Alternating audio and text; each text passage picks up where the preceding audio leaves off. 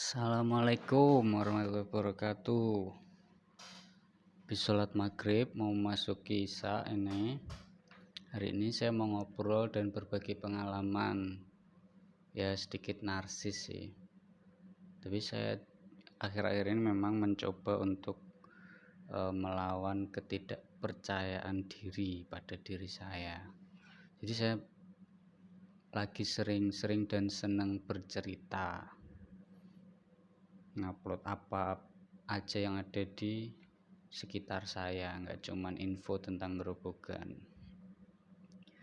Nah, di gambar ini teman-teman bisa lihat bahwa ini adalah sebuah sertifikat terdaftar yang dikeluarkan oleh Litbang Kompas. Ini dulu diberikan pada saya. Ini tentang survei atau jejak pendapat dan hitung cepat pemilu tahun 2019 yang ditandatangani sama Ketua KPU waktu itu Arief Budiman. Ini waktu Jokowi dan Pak Jokowi dan Pak Prabowo bersaing untuk menjadi Presiden Republik Indonesia ya. Dan waktu itu juga ketika pemilu legislatif dan pemilu presiden itu diadakan secara bersamaan.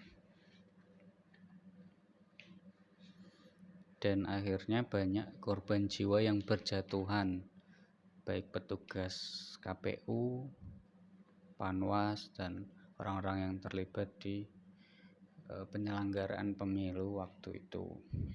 Nah, saya ingin bercerita bahwa kerja di sebuah lembaga survei Kompas itu tidak mudah. Pertama kali saya ikut itu juga waktu pemilu, ketika Pak Prabowo dan Pak Jokowi juga bersaing.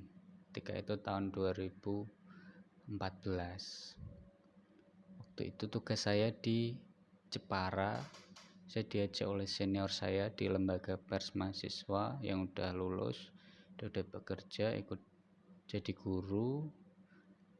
Kemudian punya kenalan di Kompas Semarang, Jawa Tengah. Kemudian ada survei juga di area Pati, Kudus, Jepara, dan hitung cepat juga ya sama. Itu pertama kali saya bergabung dengan lembaga survei Kompas. Waktu itu jadi surveyor atau tenaga yang melakukan survei kepada responden. Responden itu adalah orang yang ditanya, digali datanya secara personal, pribadi, atau kepada orang-orang terpilih dari populasi survei yang ada di Indonesia. Nah, itu sudah tepat, biasanya itu RT RW-nya sudah diketahui, bahkan namanya siapa, harus mencari siapa, ya, bahkan NIK-nya udah tahu. Nanti kalau nggak ada berarti atau udah meninggal, nanti bisa cari lagi dengan cara pengacakan gitu. Nah, itu pertama kali. Yang kedua, saya juga pernah ikut survei tentang pariwisata, indeks pariwisata Indonesia. Waktu itu di Jogja, mensurvei tentang pariwisata, kesiapan pariwisata, orang-orang yang suka berwisata atau enggak gitu. Budget mereka berapa untuk berwisata dalam setahun. Nah, pada waktu itu surveinya digunakan untuk menggali kenapa sih kayak kita itu wisatanya kalah dengan Thailand, dengan Singapura bahkan yang nggak punya banyak wisata alam dan lain sebagainya. Tapi jumlah wisman atau wisata mancanegaranya itu jauh lebih rendah Indonesia. Padahal Indonesia punya banyak pantai, banyak tempat bagus, banyak budaya, banyak bangunan-bangunan bersejarah gitu ya, banyak candi dan lain sebagainya.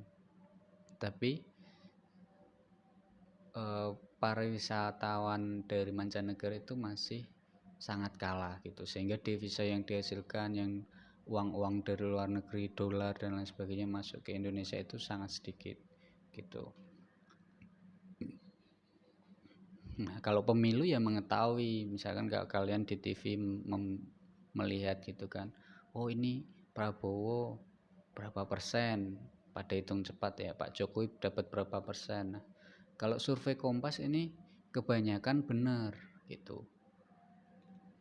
Kebanyakan misalkan yang menang antara dua, Pak Jokowi menang ya maka yang menang Pak Jokowi. Perbedaan margin errornya itu cuman sedikit sekali gitu. Bahkan partai-partai di survei, oh partai A nomor 1, partai B nomor 2 dan lain sebagainya, itu juga urutannya kalau Kompas valid. Dulu tahun 2014 ada yang lucu, malah Pak Prabowo menang gitu kan di TV sebelah, di TV Kompas menggunakan data Kompas dan data-data yang lain yang kredibel sama gitu loh.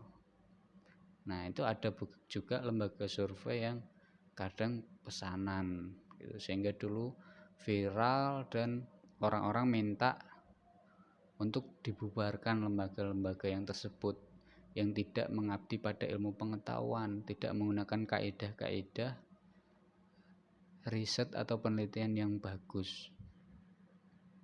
Nah setelah pariwisata Kompas saya pernah juga kota cerdas, indeks kota cerdas Indonesia, itu smart city, kemudian survei-survei politik pemilihan gubernur termasuk Pak Ganjar dulu yang sebelum periode ini, periode pertama juga saya ikut survei di Jogja berapa kali, di Semarang, di Kudus, di Pati juga. Yang sering mah di Jogja. Dulu saya dari pertama tadi saya cerita, saya jadi seorang surveyor atau tenaga survei, kemudian pernah juga jadi koordinator lapangan yang mengecek bagaimana hasil tenaga survei itu. Misalkan saya membawai ada 15 tenaga survei, maka saya harus ngecek di antara 15 itu saya acak juga paling tidak setengahnya, oh bener enggak fotonya, datanya, souvenirnya udah dikasih apa belum gitu. Nah kalau dulu belum begitu pakai aplikasi, belum begitu lebih sulit lagi, lebih berat kerja jadi koordinator lapangan. Nah setelah koordinator lapangan beberapa kali, nah di atasnya itu ada namanya koordinator wilayah gitu. Nah wilayah itu misalkan tadi Kudus, Pati, Jepara itu satu wilayah. Grobogan dulu juga masuknya Demak sama Semarang. Nah dulu temanku pertama jadi korwil di daerah Kudus, Pati, Jepara itu. Nah saya pertama kali ikut jadi surveyor, tenaga survei.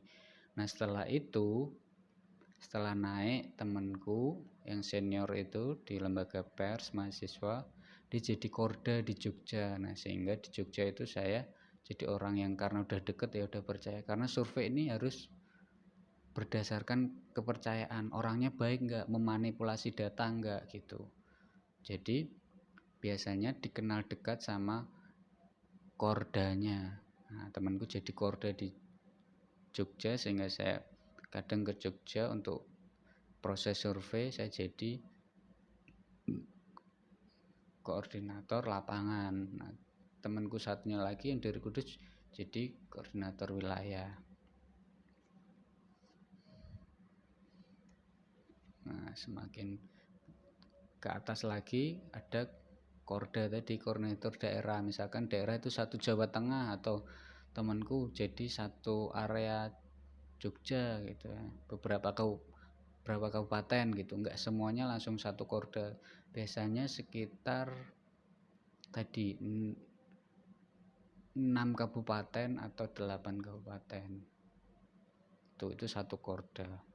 Tapi kalau Jawa Tengah mungkin hanya ada sini satu korda itu Semarang tadi, Kudus, Pati, Jepara sama Grobogan itu satu korda biasanya. Rembang, nah Rembang juga, Blora, nah itu satu korda.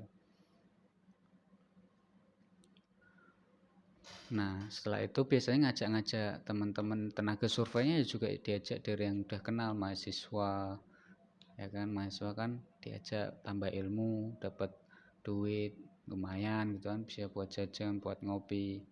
Nah, seneng sih, tambah pengalaman, tambah jaringan, tambah kenal. Oh, ternyata survei itu begini, riset itu begini. Sehingga mahasiswa jadi banyak pengetahuannya. Ada juga yang kadang kalau mau punya waktu itu diajak ke Semarang, dia jadi calling by phone gitu ya, untuk hitung cepat atau untuk survei-survei bulanan yang dibutuhkan untuk tim Litbang Kompas atau penelitian dan pengembangan koran Kompas, TV Kompas TV gitu. Nah, itu tergantung orangnya punya waktu enggak, mau apa enggak. Kadang ada yang diajakin gitu juga ke Jakarta. Jadi orang-orang yang nelpon surveinya.